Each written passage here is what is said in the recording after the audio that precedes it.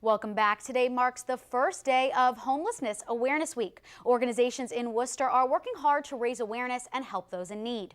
Patricia Nicolas spent the day at a homeless shelter and has more. Patricia? Kayla, today is the start of Homelessness Awareness Week. A local shelter has launched a capital campaign to help them continue to meet the needs of those they say are the most vulnerable, families with children.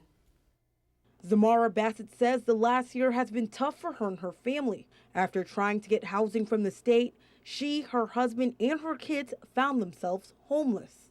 They told me that the waiting list was very long, and I was just like, I'm desperate, basically, you know? So I started calling on my own different shelters. I was actually gonna move into a shelter that was like a day shelter. Well, a night shelter. You got to sleep, but during the day you had to leave. And then it was just like, I don't want to do that with my kids, you know? So I called IHN. The Interfaith Hospitality Network is a nonprofit working to provide support and shelter to families with children. My oldest son lived here. His name is Carlos. My 2-year-old lived here. His name is Ayana. The organization has more than 150 shelters across the country, but there is only one in Worcester. Director Joanne Alley says the goal of the shelter is to help families get back on their feet.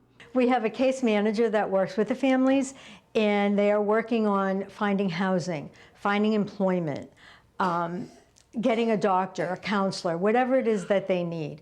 We have no income guidelines in our program, so the goal for our families is to find a job. The IHN in Worcester currently houses 6 families, all of whom are employed. The families don't pay to live in the shelter.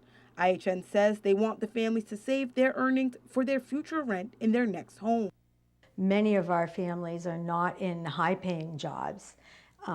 In Worcester, you have to earn almost $20 an hour in order to be able to afford a 2-bedroom fair market rate apartment, which is just over $1,000. Families like Bassett's who are in the program say they are thankful for the extra time given to get back on their feet. I just love the program. You know, thanks to her, I'm not jumping from house to house. I'm not, you know, my kids have a roof under their head. They sleep in their own beds. They feel safe. We talk about moving out, and my kids' faces frown automatically because they're like, I don't want to leave. Now, Bassett and her family plan on moving out of the shelter by January.